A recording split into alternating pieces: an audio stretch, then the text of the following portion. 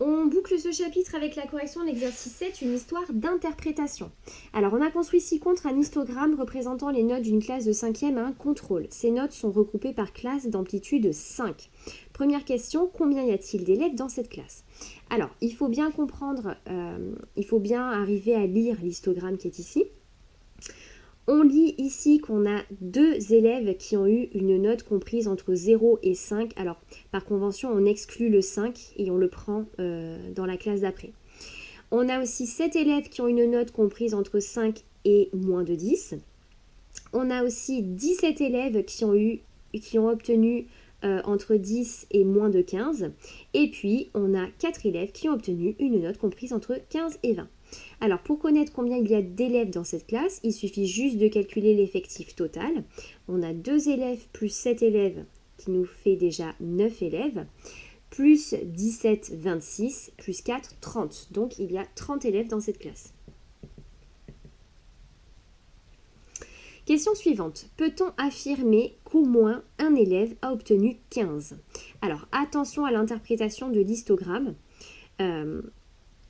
On sait que ici, dans ce rectangle-là, on a 4 élèves qui ont une note comprise entre 15 et 20. Par contre, on ne connaît pas précisément la note de ces 4 élèves. Peut-être que les 4 ont obtenu 15, peut-être qu'il y en a 2 qui ont obtenu 17, puis 2 qui ont obtenu 20, peut-être qu'il y en a un qui a obtenu 16, l'autre 17, l'autre 18, etc. On sait que ces 4 élèves ont entre 15 et 20, mais on ne connaît pas précisément leur note. C'est le petit inconvénient de l'histogramme, c'est qu'on ne connaît pas précisément la répartition ici des notes dans chacune des classes. On sait qu'on a 4 élèves qui ont entre 15 et 20, mais on ne connaît pas précisément la note de chacun de ces élèves. On ne pourra donc pas affirmer qu'au moins un élève a obtenu 15. On ne le sait pas. Donc ici, c'est non. Et enfin, dernière question, peut-on affirmer que moins d'un tiers des élèves ont obtenu une note inférieure à 10? Alors, les élèves qui ont obtenu une note inférieure à 10, ils sont dans cette classe-là et dans celle-ci. On en a 2 plus 7, on a 9 élèves.